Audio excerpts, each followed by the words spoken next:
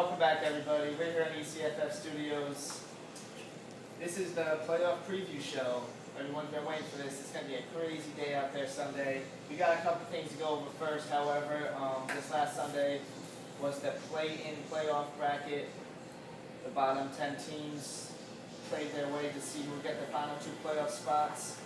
Really quick, just in case no one has heard, Ecff and Young Guns, the 2 top seeds in that tournament, were the ones that made it out and will be playing in the playoffs. It was a good day of football all around. What do you guys think? I thought it was some exciting moments. Congratulations to Ecff and Young Guns. Young Guns is really impressive. I'm kind of surprised that Ecff actually made it out. I thought Brick Squad would take care of them, but Ecff made it out like they should have. Young Guns took care of business like I thought. It's going to be a good playoff. Yeah, I know you mentioned you thought Ecff Ballers had a good shot. No Bay, from what I'm hearing, wasn't able to make it this Sunday, but Yeah, from what I'm hearing, no Bay. That's a big blow. But for the most part, I believe Young Guns, they played really well. Jeff, Monk, the twins, they had that team rolling. And of course, Ecff, yeah, they did what they had to do. They got it done. Also, shout out to the cheerleaders that were there for the Ecff Ballers with your signs. Yep, shout out to them. Pretty cool. Cheerleaders. Cool. Didn't cheer good enough though. So we got Young Guns who are going to be playing Warren. Ecff is going to be playing Outcast. We're going to talk about that bracket in a little while. Let's go into something else. I don't know if you guys have seen on the boards. We updated the top 5 stat leaders in all the categories. So it's up on the board for you guys to check out. I know the staff put a lot of effort into this. So what do you guys think? Who you like surprised with that had a good year? I'm not surprised he had a good year, but I'm surprised to see Donnie casually lead in completion percentage. Very impressive. You're up 68%. Good year from Donnie. Mm-hmm. That's why Ruckus did so low. Not really surprised, but I'm glad to see J Rose top of the touchdown leads the league. 28, I think it was. 28 TD passes for J Rose. Great season, buddy. Staying on that Warren, they were actually the #1 ranked team defense and the #1 ranked team offense. They only allowed 3.1 points per game and they scored 20.5 points per game. That shows a testament to everyone looks at it as their offensive team with J Rose out there slinging the ball around, but that defense played stellar all year as well. Crazy to think with those 2, they still only got 6 seed. 5 seed. Yeah, that's true. That's true. And he's only 1.1 ahead of the 2 backs in offense. Lucky. True.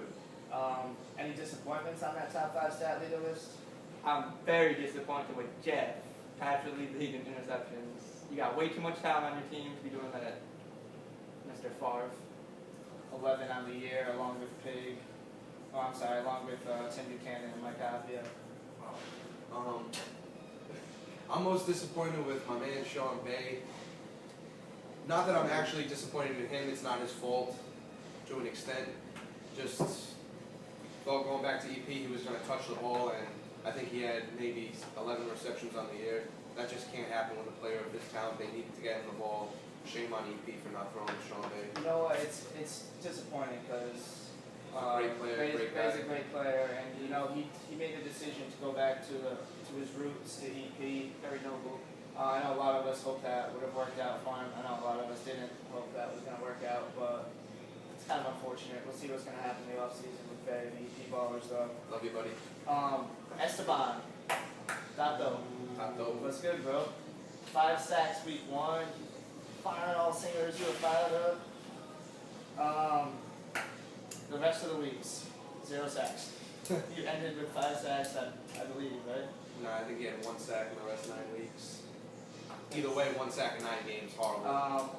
You were a strong front runner week 1 for Defensive Player of the Year, and I'm kind of disappointed that you didn't uphold that. You're my boy, but We'll see what he does in the playoffs, though, when it matters. yeah, that's true. Can I add something to this? Sure. We can't go out without saying Chiefy led the league in drops, so I'm pretty disappointed in that.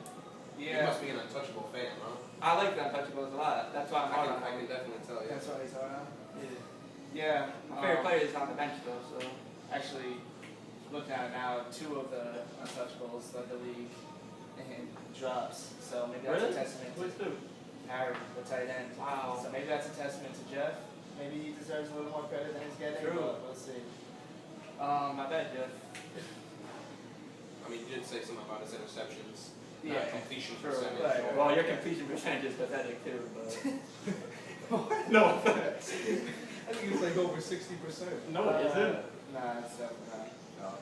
Oh, okay. So I think it was close to it though. It's like Michael Vick's on the Falcons. His completion percentage. Alright, well, we're going to take a break. Michael Vick on the Falcons. We're going to talk about a couple more important topics when we get back. We'll see you in a minute.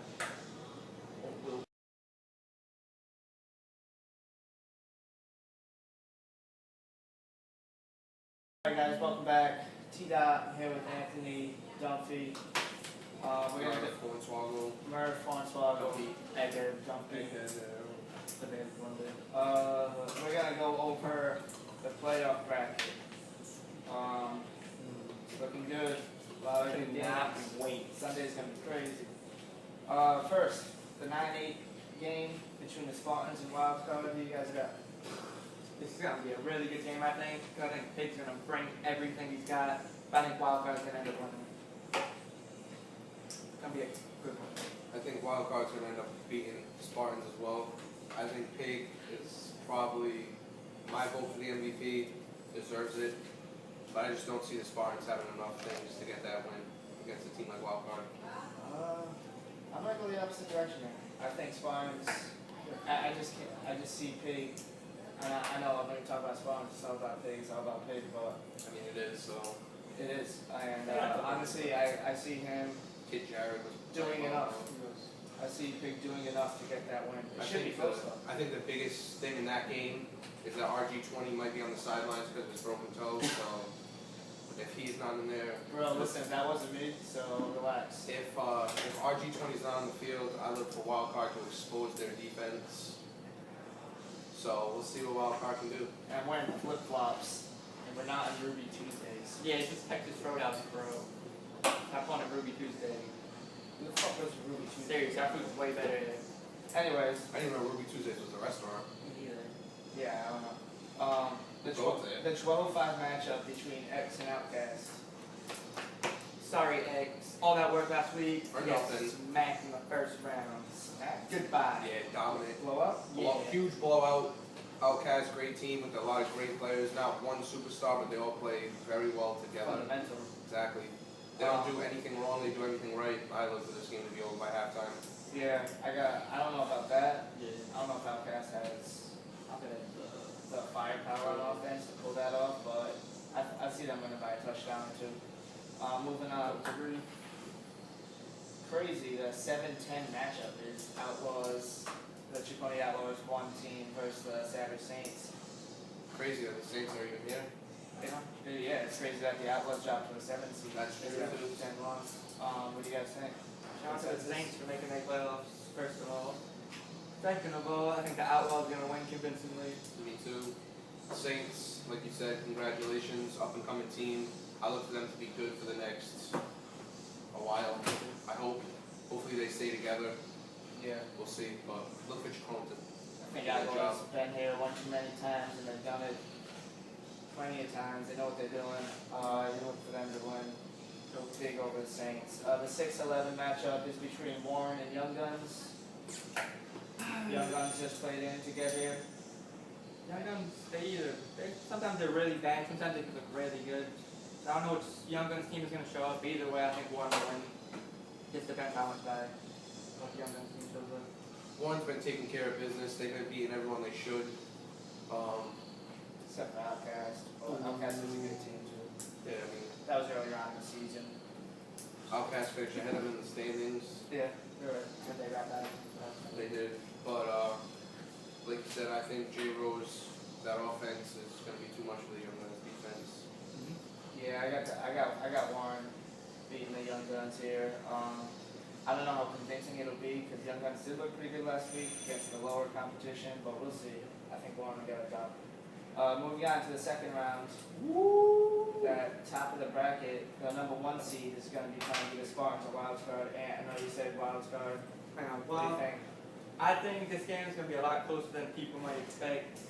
People, the Untouchables aren't going to roll over wild card. It's going to be a really good game, but Untouchables will get it done. I agree. Untouchables. Untouchables always come to the playoffs ready. We'll see them in the finals, in my opinion, again. Yeah, I have the Spartans here, and as an Untouchable Rockstar player, I'd be a little nervous about this one. I don't think I'd ever want to play big, but that's with me having the Spartans winning that game. I think they'll get it done though. Experienced team, a lot of them have been here before. We got a lot of speed. I think they'll be able to do it. The number 4 seed Ruckus will be playing the winner of the Outcast matchup. Who you guys got? Really tough candidate. But I think Donnie's finally going to get over the hump in the playoffs and get a win. I know he's famous for his one and dones, but I think he'll do it this year and move on to the semifinals.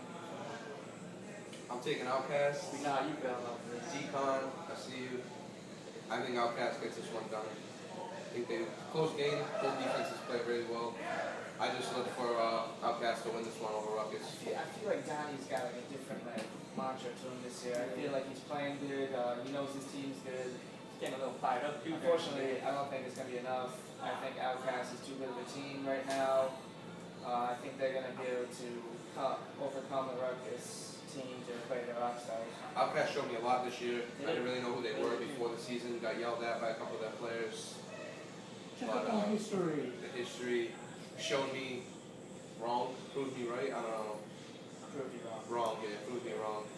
Outcast, I got a lot of love for you guys. This matchup right here is going to be the Gators versus, we're assuming Outlaws, could be the Saints, but who you got in that game? I could literally flip a coin whatever team they I pick because this is. I am so excited for this game. 6-3 was the score the first time they played this year. The only reason I want to pick the Gators is because I want them to advance to the semifinals for obvious reasons. Yeah, I'm taking the Gators here too. I just think they can stop Lorenzo. That's the key to this game. If they stop Lorenzo, they move on. See, I don't know.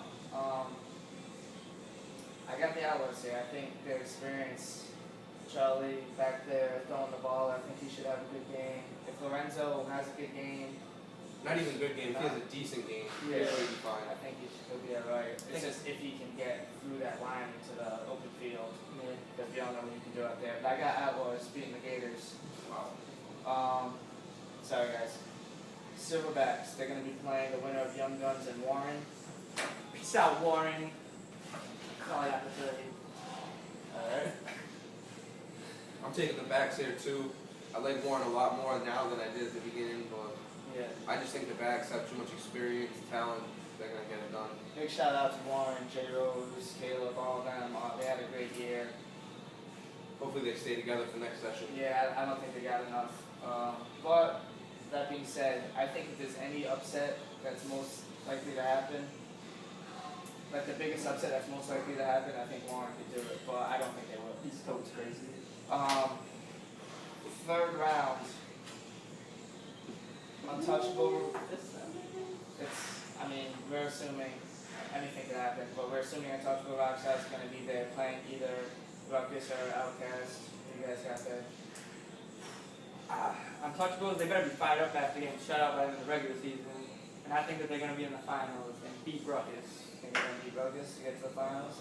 Mike? I think Untouchables take care of business. They beat Outcast or Ruckus, whoever's in this spot.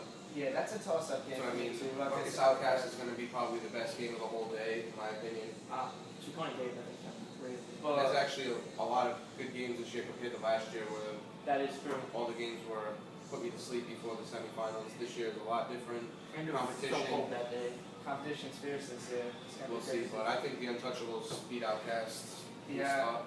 Again, it could be Outcast or Ruckus. I picked Outcast. I think Untouchable Rockstars will get it done against them.